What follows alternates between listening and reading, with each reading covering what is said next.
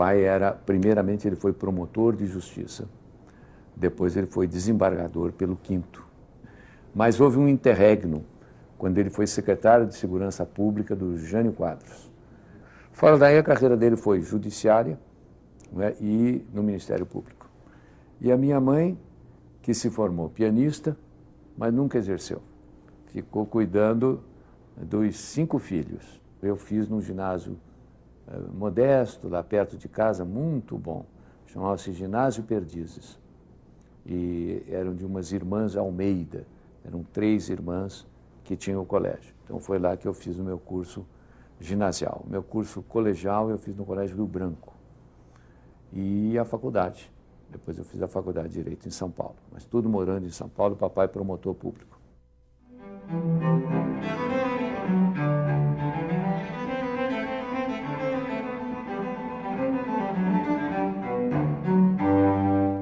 Minha mãe era uma mulher muito católica. Minha mãe era uma pessoa católica e militante. Era catequista, era uma pessoa que realmente tinha preocupação com a coisa. E nós tínhamos um privilégio, uma sorte. É que a nossa casa era perto do convento dos Dominicanos das Perdizes. E o convento dos Dominicanos das Perdizes é que foi o assistente da JEC, da Juventude Estudantil Católica, era do convento dos Dominicanos das Perdizes. Então ele reuniu moços ali, falou com minha mãe me mandou uma vez eu assistir, eu fui, achei aquilo agradável, bom, e me integrei. E fui integrado na Juventude Estudantil Católica, que era um grupo muito pequeno, estava sendo refeita, porque houve um primeiro movimento da Ação Católica, que era muito reacionário, esse movimento morreu. E depois houve um ressurgimento da Ação Católica já sob a influência do Tristão de Ataíde, do Alceu Amoroso Lima. E numa fase em que o Alceu já estava também mudando um pouco, porque o Alceu começou um homem muito rígido também, mas ele foi tomando uma posição mais aberta, não só eclesialmente, como politicamente, socialmente. Então, esses dominicanos eram muito mais avançados que o resto do clero, que eram os dominicanos franceses, que estavam, da província francesa, que estavam muito empenhados no diálogo marxistas cristãos, entendeu? Então era um pessoal muito inteligente e vários mineiros. Frei Martinho Penido Burnier, Frei Reginaldo Alves de Sá, entendeu? E havia uns cariocas, Frei Romeu Daly. Então era uma gente fascinante. E havia um pernambucano, Frei Rosário, que depois foi ser eremita aqui em Caetés, aqui na Ermida, né? E eram pessoas muito preparadas, muito inteligentes, entendeu? Então aquilo foi muito fascinante para mim, aquele mundo. E aí então eu recebi a minha primeira formação, e havia a Juventude Estudantil Católica, eu militei na Juventude dos 15 aos 18, quando eu fui para a Faculdade de Direito. E na Faculdade de Direito eu militei na Juventude Universitária Católica. Os 5 anos de escola foram 5 anos de luta, muito fortes, porque a JUC era um elemento muito de contestação das fraquezas da faculdade, do seu formalismo, entendeu? Da vista grossa sobre uma porção de irregularidades. Nós tínhamos, eu acho que isso foi uma limitação, nós tínhamos uma visão um pouco moralista, entendeu? A formação nossa era um pouco amoral, um pouco... Nós, só no mais adiante é que nós começamos a nos abrir para o social, entendeu? Era uma coisa muito, no começo, muito ainda fechado na igreja, no comportamento religioso, etc. Mas a pouco e pouco nós fomos nos abrindo ali dentro para a coisa social. E muito de defesa da igreja. Nós éramos muito combativos, por exemplo, o divórcio. Aí nós fazíamos uma luta contra o divórcio. E depois o aborto, uma luta contra o aborto. E depois uma luta que terminou em tapas. Foi uma luta sobre a origem do poder. Nós éramos da origem divina do poder. Aí os outros companheiros estavam muito mais na frente, né? Mostraram, e foi uma discussão fortíssima, que um lá se exaltou e acabou até, eu falei, olha, também está exagerado, né? Mas foi um tempo de luta. As pessoas começam sempre, né, pessoas da sua classe, com a consciência da sua classe. Eu era um homem da minha classe, né? um homem da minha classe com uma inquietude religiosa, mas, na verdade, um homem da minha classe social. E, portanto, um homem anti-getulista, né? E só virei getulista depois, e no dia da morte. Eu virei getulista no dia da morte do Getúlio. Porque eu me imaginava muito favorável ao povo.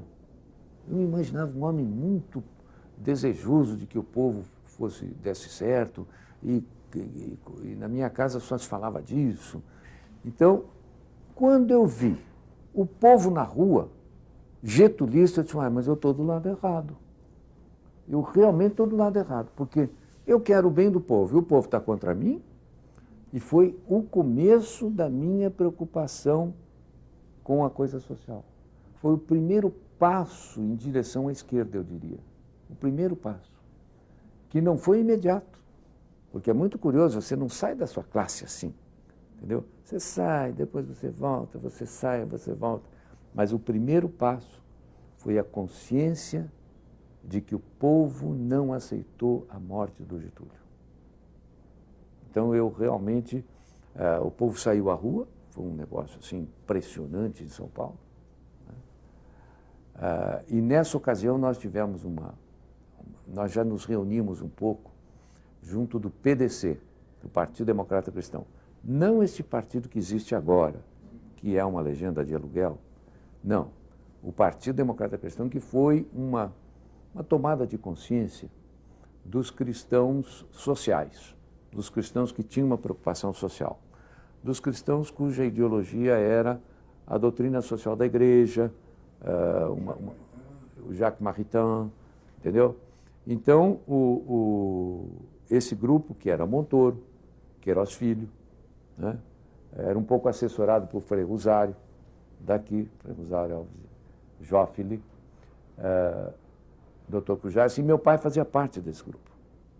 Então, por causa disso, eu me aproximei do PDC.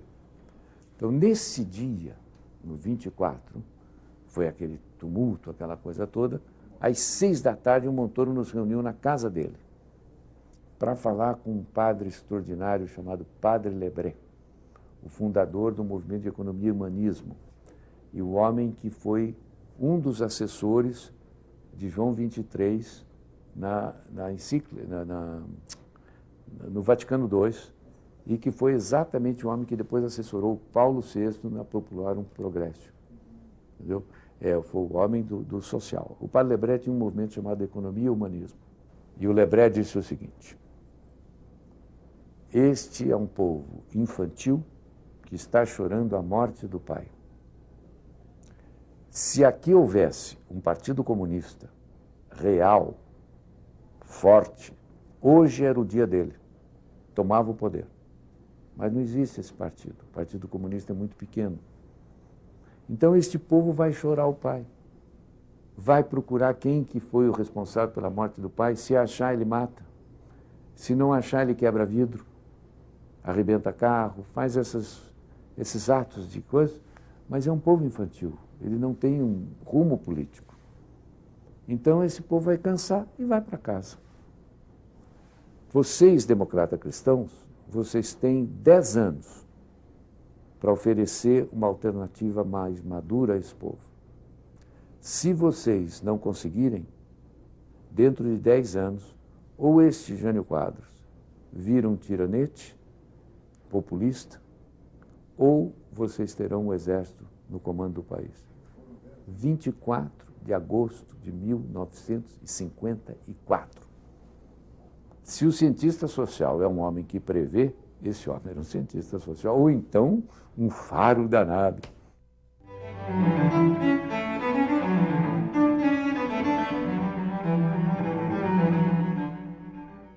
Eu queria casar, eu precisava logo ter uma profissão que me permitisse ter uma renda. O meu pai era advogado, eu fui para a advocacia. Meu pai era promotor, fui para a promotoria, claro, né? Então eu preparei o concurso com um rigor enorme, porque eu tinha a responsabilidade de não deixar meu pai em dificuldade, né? E o meu pai era tão escrupuloso que ele tirou licença, férias e saiu do Ministério Público, para não ficar lá enquanto eu fizesse o concurso. Impressionante, né? O que me deu uma tensão que vocês podem imaginar, mas eu estudei uma loucura. Tanto que eu saí de São Paulo, eu era noivo. Falei, não, aqui, se eu ficar aqui, eu vou visitar a noiva, não. Fui para casa da minha avó no interior, me tranquei e estudei 6 meses sem parar, dia e noite. E vim e prestei o concurso. Prestei o concurso, entrei, claro, entrei bem, entrei no segundo lugar, porque os promotores que faziam o exame acharam que pegava mal dar para o filho do João o primeiro. Fantástico, né? Eu tenho muito orgulho disso. E aí fomos para o interior, fomos para Sertãozinho, que era um fim de mundo danado. Lá que eu fiz o meu primeiro júri. Rua Calçada tinha umas 2. O resto era tudo sem calçamento. É uma terra roxa. Não era fim de mundo, porque é do lado de Ribeirão. Eu digo, mas era uma cidadinha ainda muito pequena. Eu estava lá e tocando a vida, sendo promotor, fazendo as coisas. Quando o Juscelino se elege. E o juiz da minha comarca era mineiro. Ficou numa animação danada e disse, doutor Plínio, eu acho que eu não demoro muito aqui, não. Porque a minha família, eu sou de Minas, nós somos muito amigos do Juscelino, daqui a pouco estou embora. Falei, não diga, tal. Isso foi na hora do almoço, ele estava almoçando lá em casa. Quando chegou de noite, houve todo aquele bolo, o lote, houve a tentativa de golpe, o lote cortou a tentativa de golpe, e o Jânio Quadros estava metido no golpe. Entendeu? O Jânio Quadros, e o secretário da segurança do Jânio Quadros era um general Honorato Pradel, era o secretário da segurança. E o Jânio tentou, quando deu errado, o Jânio voltou correndo, fingiu que não tinha acontecido nada, ficou quietinho, entendeu? Mas os serviços secretos do Exército estavam cansados de saber, e o lote, chamou o tal Honorato Pradel para... Tirou da secretaria, requisitou para... E intervenção em São Paulo. Aí correu a paulistada toda lá em casa. João, 32, porque papai é um homem de 32. Os 32 foram todos lá em casa. João, intervenção em São Paulo, João, você que é um homem ligado ao judiciário, você que é um homem firme e tal, você precisa ser o secretário de segurança. E o papai não era muito fã do Jânio Quadros, não. Esse homem é difícil, eu não sei, eu não tenho gênio para lidar com ele. Aí, não, é você de São Paulo. Aí falou São Paulo, papai, tá bom, então vamos. E aí ele me telefonou, disse, meu filho, aconteceu isso assim, eu estou assumindo aqui, é melhor você vir, meu filho, porque eu preciso de uma pessoa de minha confiança aqui para mexer nas coisas e tal, e para você, eu estou muito, porque eu não sou dessa área política, e eu quero, não sei quem que eu ponho aqui, então venha você aqui. Bom, nessa noite eu peguei o avião, o trem, o noturno e vim para São Paulo. No gabinete da Secretaria da Segurança, eu entrei na política de cabeça. Aí não tinha jeito. Esse tempo todo era um tempo de autoindagação, a gente ficava vendo. O lote tinha uma plataforma nacionalista, por outro lado, o Juarez Távora era um homem também revolucionário. Então, foi um período, eu tinha 24, 25 anos, e era um bacharel. Um bacharel é um sujeito que sabe belas letras, eu era um bacharel, entendeu? Então, essas coisas todas vieram muito depois na minha vida, muito depois. Quando meu pai foi para o tribunal e deixou a secretaria, eu pedi para voltar para o Ministério Público. Mas no governo, eu conheci o Cavalho Pinto. O Cavalho Pinto era o secretário da Fazenda do Jânio Quadros. E ele era colega de turma do meu pai. Ou melhor, ele era uma turma depois do meu pai. Meu pai era 30, ele era 31. E eram muito amigos, muito companheiros. E o Cavalho Pinto me conhecia. Aí eu fui para Pindamonhangaba, que é um lugar lindo, o nome é maravilhoso. Fui ser promotor lá. E aí o Cavalho Pinto sai candidato, passa por Pindamonhangaba e diz o seguinte, bom, vai se preparando, porque eu vou ser governador, eu sou candidato, vou ganhar, e você vem me ajudar. Eu quero que você fique comigo. Então eu já, de certa maneira, sabia que eu ia trabalhar com ele.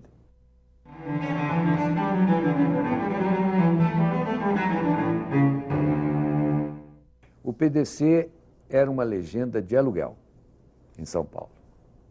Ele era comandado por um radialista que fazia a hora da Ave Maria, 6 horas. Entendeu? Desses que usam a religião para ter voto e tal. E esse grupo é o grupo em torno do Frei Rosário. Esse é o grupo cristão. Esse era um grupo que frequentava os conventos dos dominicanos. E aí o cardeal de São Paulo chamou, o Dom Carlos chamou o Montoro, chamou o Queiroz, chamou meu pai e disse, olha, é uma vergonha que fique democrata cristão com esse cidadão aí que vende a legenda para um, vende a legenda para o outro. Isso não pode, vocês precisam entrar, vocês precisam ter uma presença. E nesse tempo, o Alceu Moroso Lima, no Rio, também estava preocupado com isso. Entendeu? E o Alceu era muito ligado ao Montoro, muito ligado. Então o Montoro... E aí eles lá resolveram fazer uma coisa chamada Vanguarda Democrática, que era uma espécie de movimento cívico inicialmente, mas que não teve uma grande amplitude não, porque logo eles decidiram que a vanguarda deveria entrar no PDC. E aí eles negociaram a entrada no PDC. E entraram, deram uma luta política lá dentro e ganharam o partido. E desfez-se a vanguarda. Aí houve um processo de tomada de consciência de um grupo cristão da responsabilidade política. Aí a grande mente política era o Montoro. O Queiroz também era uma mente política. Antônio Queiroz Filho.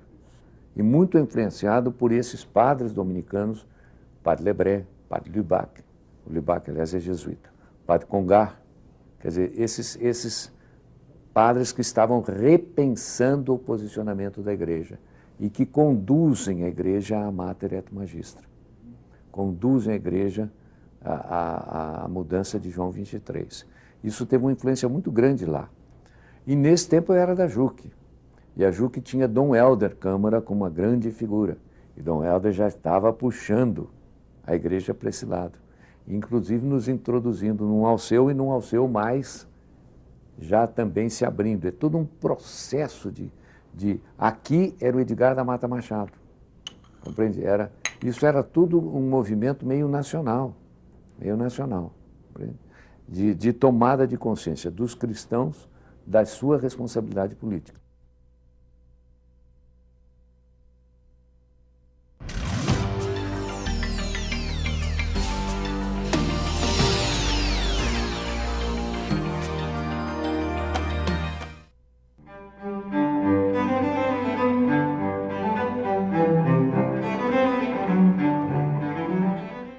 Fizemos a campanha dele, né, e depois eu fui nomeado subchefe da Casa Civil. E aí o Cavalli Pinto me disse, eu soube que você tem uns amigos do Lebré, que vocês trabalharam em economia e humanismo. Esse grupo seu, cristão aí, eu quero fazer plano. Eu acho que o governo planejado é um governo importante. É o passo que tem que ser dado. Então eu queria que você reunisse elementos para a gente fazer um plano. Aí eu reuni o meu pessoal da JUC. E o meu pessoal da JUC era engenheiro e arquiteto. Nós não tínhamos economistas no nosso grupo.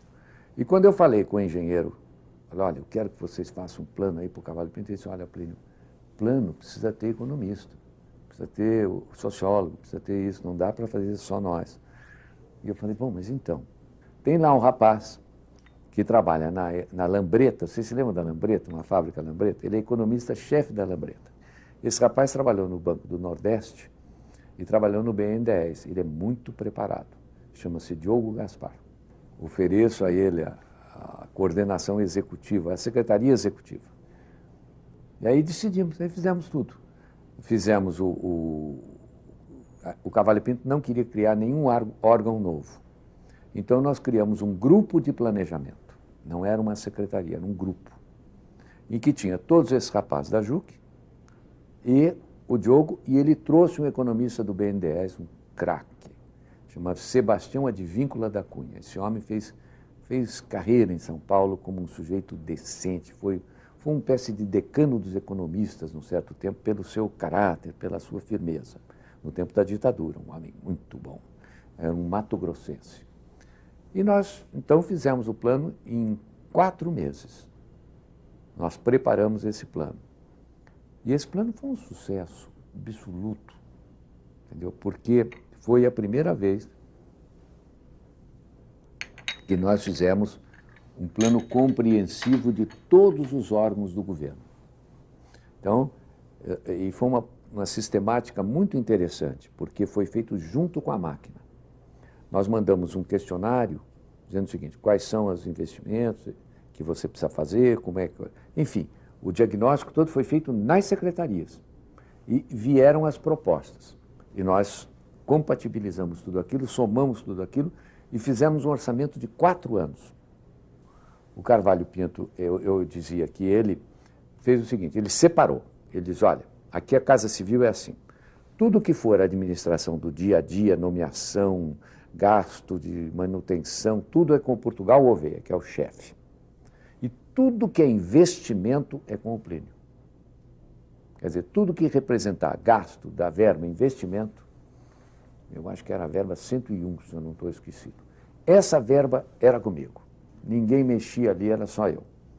O Carvalho Pinto, ele era, como ele dizia, um técnico suprapartidário. Ele dizia afora e acima dos partidos. Ele brincava entre nós, né? Mas apoiado foi pelo PDC e pela UDN. Então, mas na verdade era corrente janista. Ele não teria sido eleito, não for o Jânio Quadros. O Jânio Quadros é que o pôs lá. Mas ele era uma figura própria, ele não era nenhum cupincha do Jânio Quadros.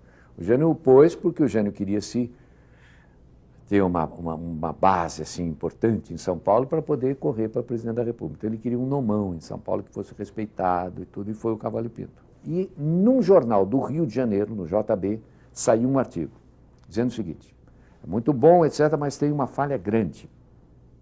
Tem uma falha de que não há nenhuma relação mostrando qual é a relação entre esses planos, esses objetivos e o orçamento. E aí o Diogo chegou para mim e disse: Plínio, isto aqui é sério. Esta é uma crítica forte, esta é uma falha nossa. Nós não tínhamos ninguém aqui capaz para isso. Como é que a gente faz? Eu falei: muito simples, chama esse rapaz. Entendeu? Como é o nome do rapaz? Jorge Ori. Chegou um japonesinho desse tamanhinho, 23 anos, 24 anos, sem barba. Chegou um japonesinho lá e eu disse: como é que tal? E o Diogo perto, o outro perto. Aí, quando ele terminou de fazer a crítica, eu disse: e quanto é que você quer para vir ajudar a fazer isso? Ele disse: você está me oferecendo emprego? Eu falei: estou. Ele disse: eu aceito. Aceitou e foi o que fez. Que era o seguinte: nós tínhamos 4 anos de orçamento. O orçamento entrava no dia 1º de janeiro. O Carvalho Pinto congelava todas as verbas.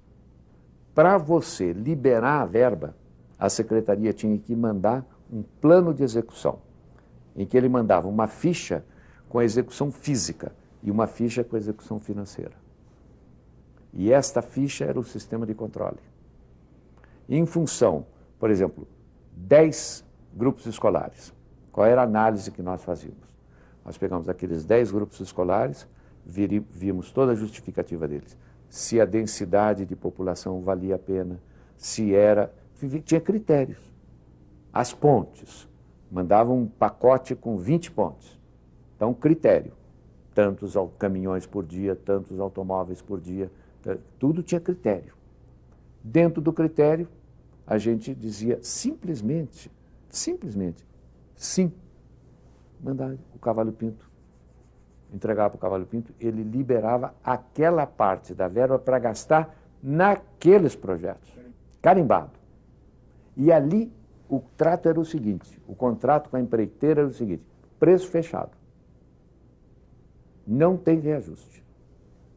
E aqui é isso, se você fizer antes, ganhou dinheiro, se você fizer depois, perdeu dinheiro. A experiência do Carvalho Pinto foi muito importante para mim, porque foi a hora que eu fui... Se lembra que eu levei um choque com o Getúlio? Mas depois, tanto que eu acertei com a UDN e tal.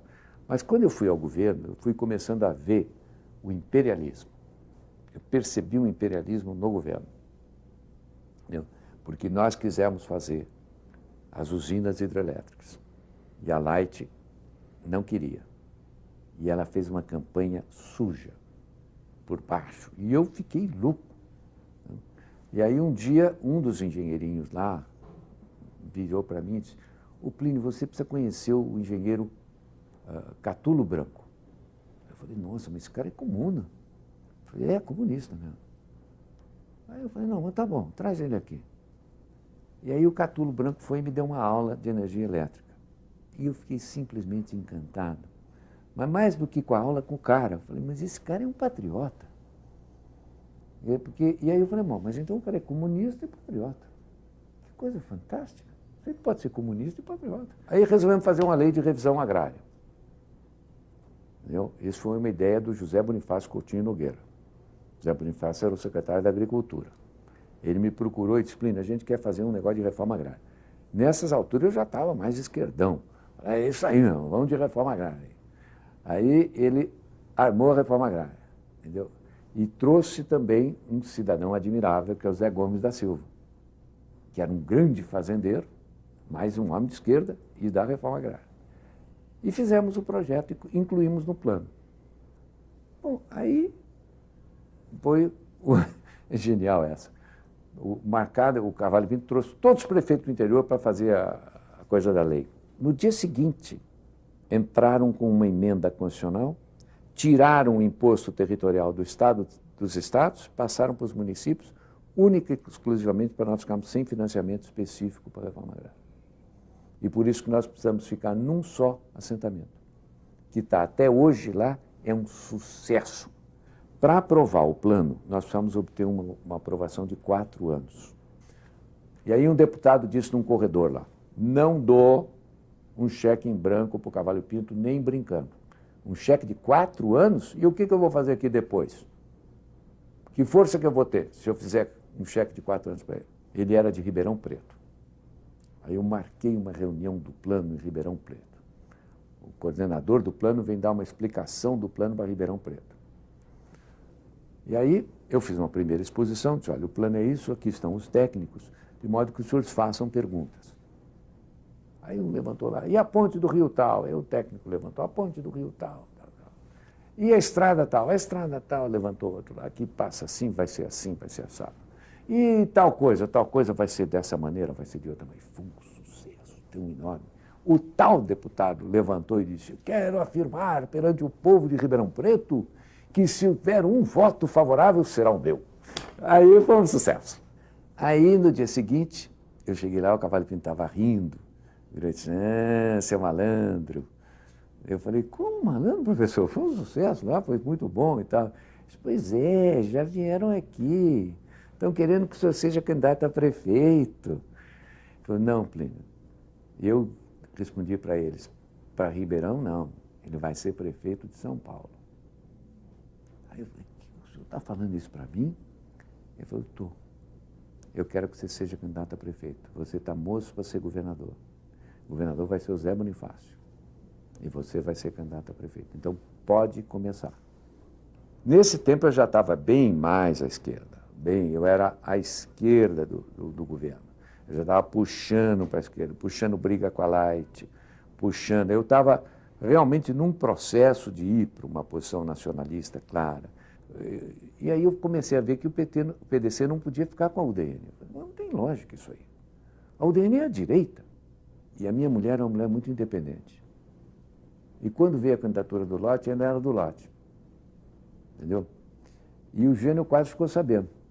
Então, quando chegou o Carvalho Pinto, que ele se elegeu presidente, o Carvalho Pinto foi a ele e disse: "Olha, eu queria fazer o Plínio candidato." Ele disse: "Não posso, professor. Não posso porque o Plínio me hostiliza no seu palácio. O Plínio sempre me hostilizou. E de modo que eu tenho outros compromissos, não vou." E o Carvalho Pinto voltou uma fera. Voltou muito bravo, muito aborrecido. Aí o Carvalho Pinto disse: "Plínio, você está livre. Eu não posso te apoiar porque esse homem me torna o governo aqui impossível. Mas você está livre." Eu falei: "Eu não vou apoiá-lo." Tudo bem. O candidato dele era o Emílio Carlos, o deputado Emílio Carlos. E ele lançou o Emílio Carlos. Aí, nesse período, formou-se a candidatura do Maia. Aí eu falei: "Eu vou apoiar o Maia." E fui apoiar o Maia. Francisco Prestes Maia. Aí ganhamos com o Maia e ganhamos do Jânio. E eu fui orador da campanha, aí nesse ponto eu já tinha... Eu fui ser secretário do Maia e em 61 houve a renúncia do Jânio, né? E aí eu voei para o Palácio, porque o Maia ficou numa posição discreta, não queria entrar, entendeu? O Maia não era um homem político, ele não queria entrar nisso, e eu queria entrar. Então eu entrei, e aí foi realmente a hora que eu falei, não, aqui não dá. E tem que empossar o João Goulart, tem que, o que é isso? O povo está na rua, né? E aí foi uma briga dentro do Palácio enorme, porque tinha um grande grupo que queria, a turma da UDN não queria. Entendeu? Então foi ali um processo forte, em que eu fiz muita força para, afinal, a decisão que o Cavallo Pinto tomou. O Cavallo Pinto, e tudo girava em torno de uma declaração. Era o espírito e a letra da lei. Então, o pessoal da UDN dizia, não, o negócio é o espírito da lei. O espírito da lei é que vice não sei o quê. E o outro dizia, não, senhor, a letra da lei diz, não está o presidente, assuma o vice-presidente. E no final, o Cavallo Pinto votou pela letra. Então, foi o que ajudou o Brizola no Sul. O Maia achou que devia mexer na secretaria, aí eu fiquei sabendo que ele falou isso sem falar comigo, achei que ele quebrou a confiança comigo, pedi demissão. E quando eu pedi demissão, todo mundo pediu demissão junto.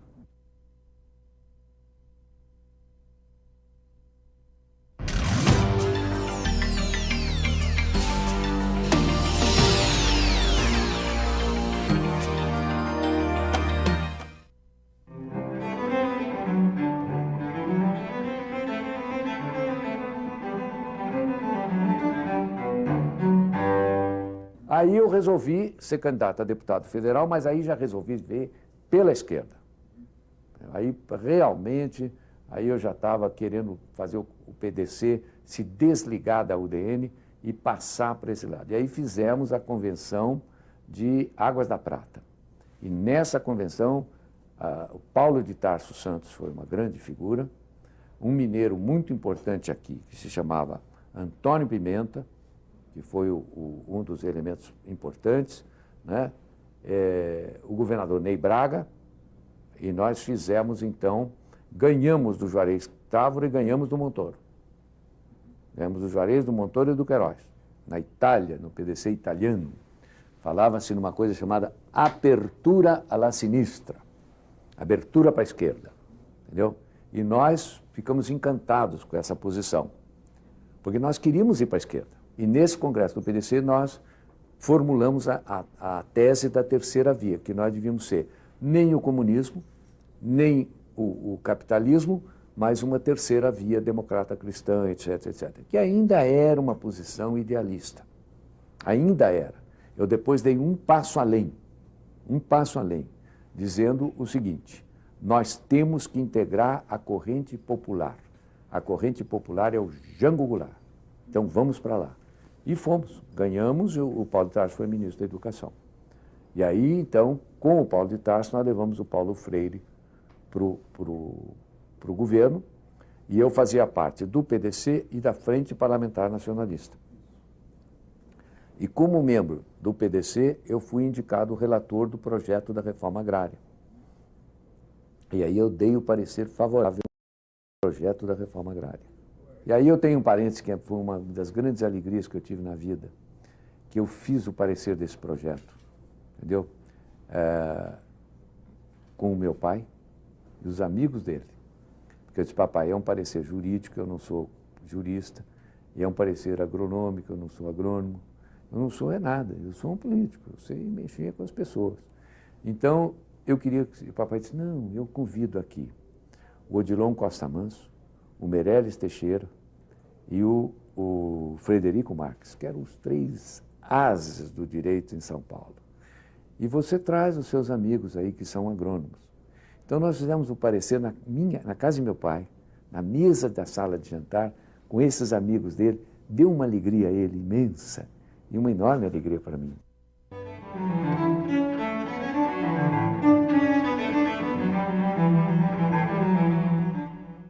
uma conspiração no Congresso.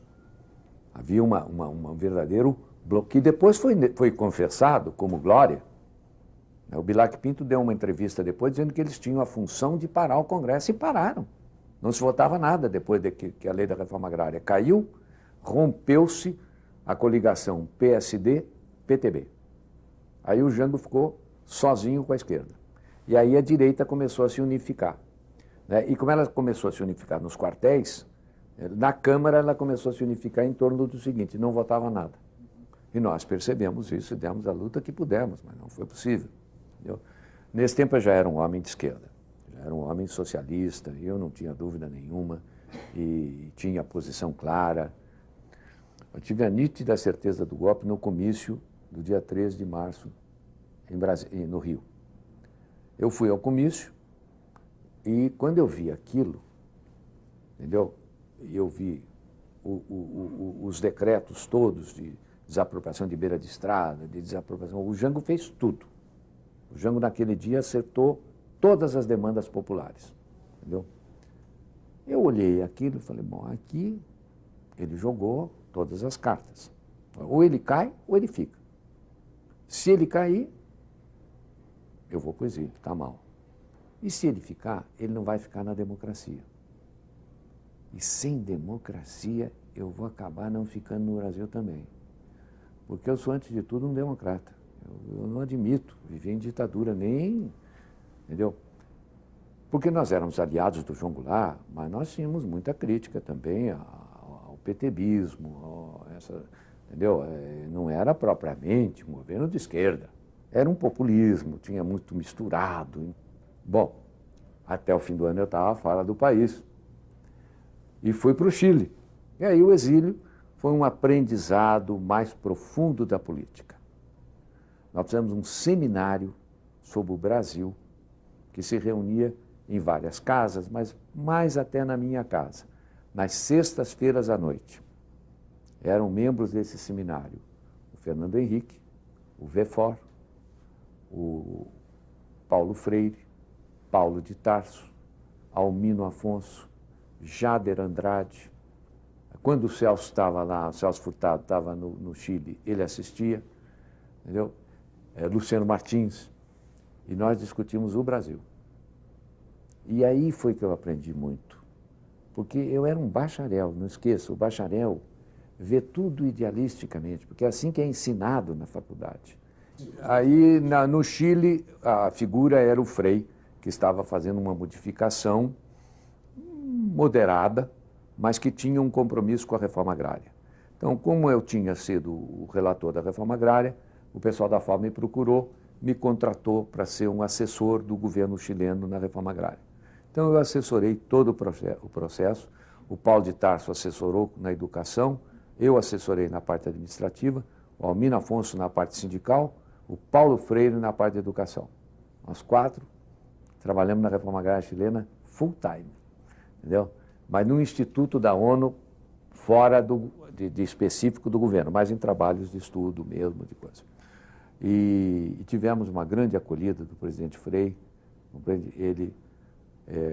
Depois ele virou para a direita, e aí rompeu o governo dele, e nós já éramos homens de esquerda, não pudemos acompanhá-lo. Nós ficamos com o Chonchol e com o grupo que foi do outro lado. E eu fiquei lá até o final do governo dele. Quando começou o governo do Allende, eu fiquei numa situação bastante delicada, porque o Frei nos tratou, a Paulo de Tarso e a mim, como dois companheiros do partido. Aliás, ele disse isso. Ele disse ao ministro, estes dois são deputados no Brasil e vão ter tratamentos de deputado do PDC aqui. Então nós tínhamos lá, e com isso nós pudemos ajudar os exilados. Carteira de identidade, salvo-conduto, emprego. Eu empreguei mais no Chile do que no Brasil. Quando muda o governo e tem uma certa... É normal, né? O outro lado veio, queria os lugares. Eu fiquei numa situação constrangedora. Eu falei, meu Deus do céu, eu estou a favor do novo governo, mas eu devo favores ao outro governo. Nessa hora, a FAO resolveu fazer uma revisão geral dos seus funcionários. É o seguinte, limpa quem ajudou o Frei. e bota agora quem vai ajudar o Allende. Então me ofereceram um posto muito alto em Washington, que era o vice-diretoria do programa FAO-BID. E aí eu aceitei.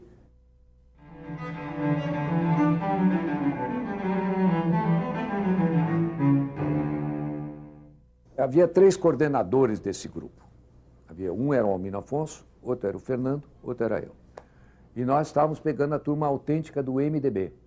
Naquele tempo nós estávamos procurando a turma autêntica do MDB. Aqui era Celso Passo. A ideia era fazer um partido socialista, popular e democrático. Então, quando chegou a época da eleição, pusemos o Fernando de candidato com a seguinte ideia geral. Se passarmos a barreira do 1 milhão de votos, aí não é uma aventura, não é uma brincadeira, aí lançamos o partido.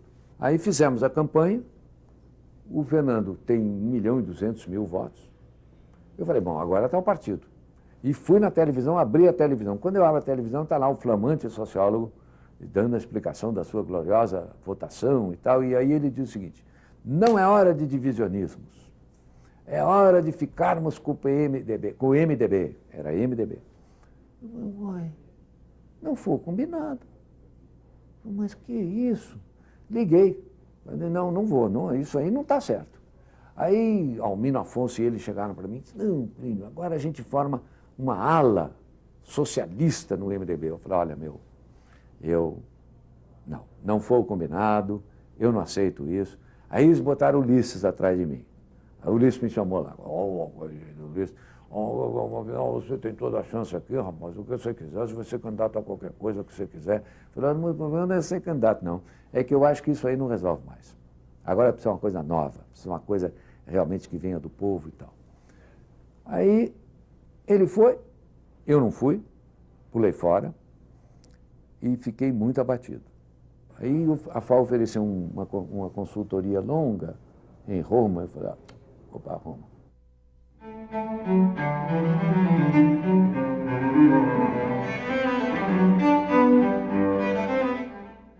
E quando eu estou lá, telefono o Zé Álvaro Moisés e diz, olha, Plínio, o Lula está formando um partido.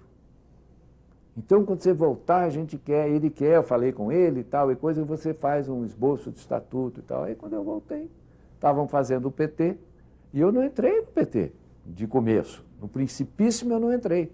Eu falei, não, agora eu estava gato escaldado, né? Eu falei, deixa eu ver se é de verdade mesmo. Mas daí era tudo o que eu queria, compreende? Estavam os cristãos, estavam os comunistas, estava o sindicato, estava o povo, era povo mesmo. Eu me sentia o povo. Mas eu vou ficar com o povo agora. Agora eu estou com o povo mesmo. Agora eu estou... E aí eu fiz o estatuto do partido. O primeiro borrador, não que eu fiz o estatuto. Eu fiz um rascunho de estatuto. Esse rascunho foi levado a um encontro. Nesse encontro ele virou a tese guia. E aí sobre essa tese guia vieram as emendas. E daí saiu o estatuto. Mas como eu colaborei, eu me sinto meio pai do estatuto. Mas a ideia central era, o partido se organiza em torno do núcleo de base, e em torno da consulta ao núcleo de base. Nenhuma instância partidária, aos vários níveis, pode tomar uma decisão importante sem consultar o núcleo da sua base. Essa era a ideia, que começou a ser executada, entendeu? Com dificuldades, porque você está juntando muitas ideias, muitas concepções de partido, muitos grupos. Aquilo foi uma fusão difícil, né? Porque são histórias muito distintas. E a partir de um certo momento, essa ideia foi praticamente abandonada. Quando o partido, tendo dificuldade para fazer uma pressão de massas direta por causa das mudanças ocorridas no mundo, toma muito o caminho eleitoral. E aí o PT vai se configurando mais como uma máquina eleitoral do que como um partido de transformação social.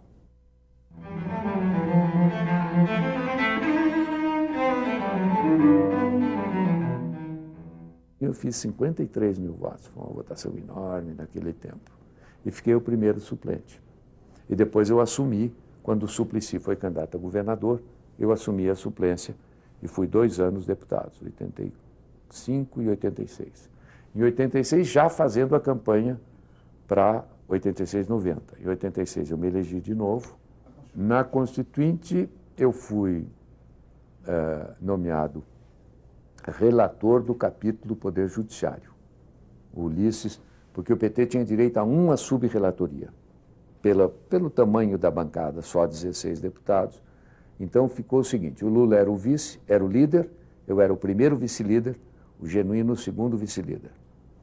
Então, e fui nomeado para a Comissão de Sistematização, o Lula e eu. Fomos titulares, o Genuíno era suplente na Comissão de Sistematização.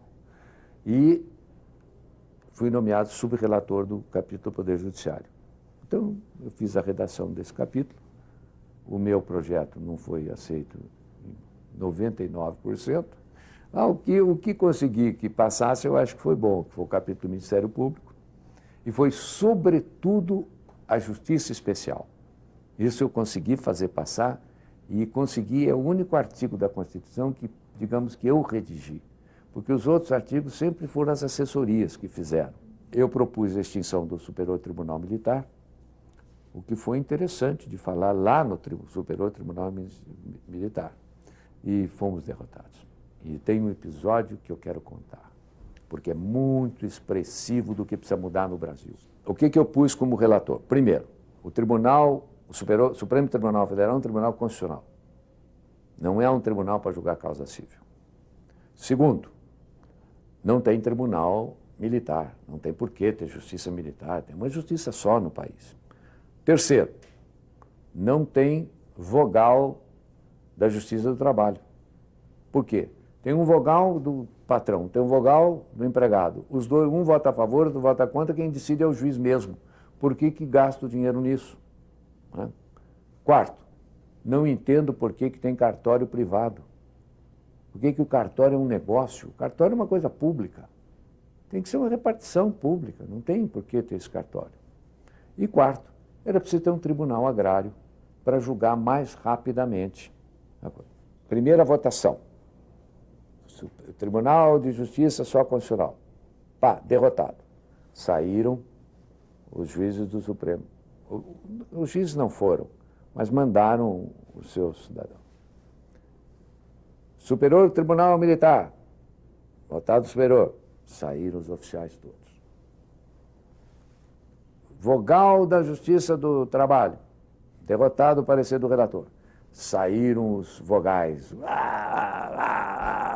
Foram comemorar numa choperia. Ficou metade da sala. Cartórios. Perdido o parecer do relator. Mantidos os cartórios privados. 2h da manhã. Entra na pauta a extensão de varas agrárias. 2 cidadãos na plateia. É o Brasil. A lei que servia para todos tinha 2 na plateia. A lei que servia para as corporações já era cheia das corporações.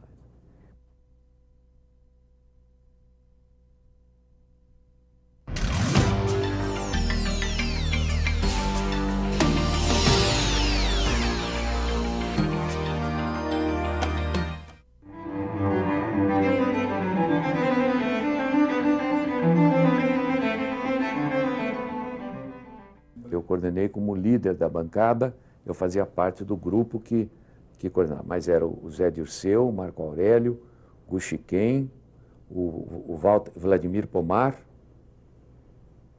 e eu. Esta foi uma campanha com um programa petista, era um programa democrático popular, era um programa de reformas radicais no capitalismo.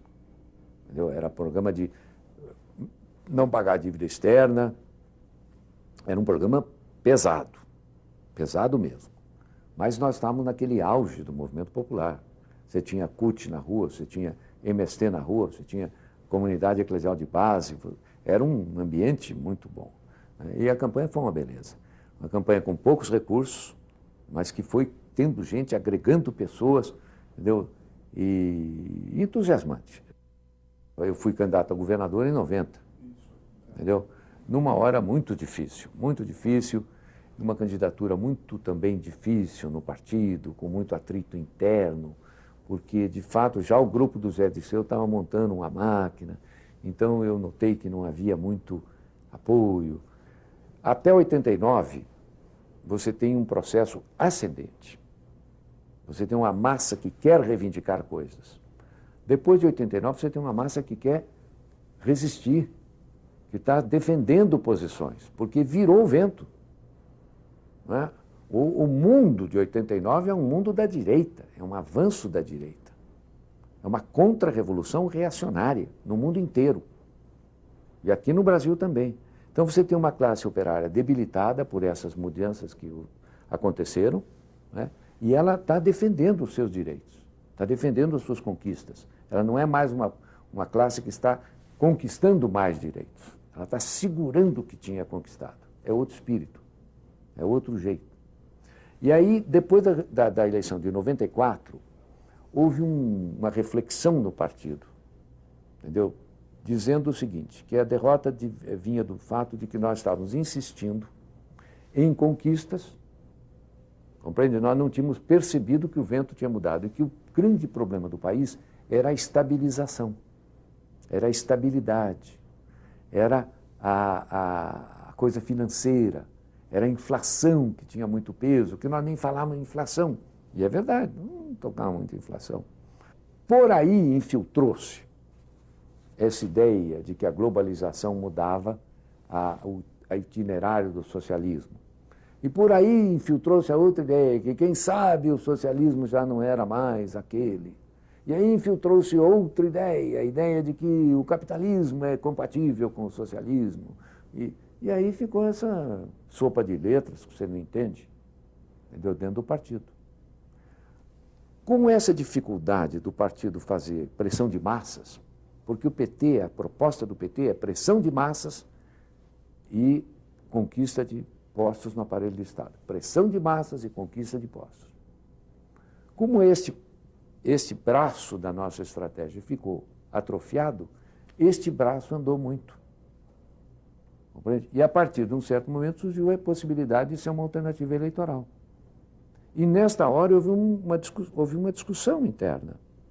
Continuamos um partido com aquela nitidez dos acordos muito fechados, só na esquerda, com um programa rígido de transformações sociais, né? Ou adoçamos um pouco o discurso, ampliamos mais para a classe média, fazemos uma coisa assim e adotamos o marketing como forma de ganhar a eleição. Eu me opus na ocasião. Disse, não vamos fazer isso, compreende? Vamos fazer uma eleição, uma campanha para valer, mas não para ganhar a todo custo. Não para ganhar a custo de concessões que eu acho que são muito fortes. Mas perdi, a minha ideia não prosperou. O grosso queria ir.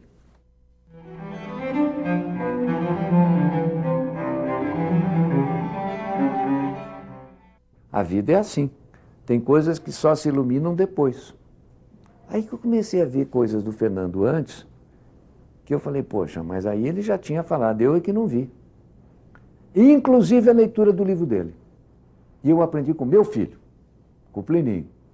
Eu falei, mas meu filho, o Fernando escreveu isso, papai, você leu mal, você não leu direito. O Fernando disse o seguinte, o Fernando disse que é possível conciliar o capitalismo com o desenvolvimento. E isso não é esquerda, papai. E aí eu fui reler e falei, mas que zebra que eu sou, é verdade, entendeu? Então, o Fernando é um homem extremamente inteligente, extremamente sedutor, ele exercia uma liderança intelectual efetiva entre o nosso grupo, isso era inegável, entendeu? A influência dele com o Celso Furtado era muito grande, com todos nós. Depois é que nós fomos vendo, o próprio Celso foi tomando conhecimento, nós fomos percebendo a pouco, porque ele é danado. Quando o Fernando foi candidato, eu já fui contra. Aí eu já estava rompido, fortemente rompido. Entendeu? Politicamente rompidérrimo. Não tenho mais nada com o Fernando. Entendeu? E porque achei que o governo dele foi um desastre. Um desastre. Entendeu? Ele abriu o país, essa abertura é terrível para nós. Essa privatização debilitou o Estado brasileiro, nós ficamos sem instrumentos de planejamento, compreende? Então nós ficamos à mercê do mercado, nós estamos crescendo agora conforme um investidor lá fora põe dinheiro aqui, nós não temos capacidade de dirigir isto, coisa que nós tínhamos feito. Quando ele foi eleito, não empossado, mas já diplomado, ele deu uma declaração para a imprensa estrangeira, enorme, e que ele disse assim, o meu governo vai virar a página da Era Vargas. E aquilo eu senti, falei, não, aqui vai ser terrível, porque o do Collor era uma porta arrombada. Uma porta arrombada você pode remendar. Agora o Fernando não, o Fernando destruiu as paredes todas. Ele arrasou a lógica da Era Vargas e introduziu a lógica do mercado, que aqui nos funciona. E a lógica do mercado dependente, do mercado que depende do investidor estrangeiro e, portanto, desnacionaliza a economia. E esse é que é o grande pecado do Fernando Henrique, esse é que é o grande erro do Fernando Henrique, que a história vai cobrar.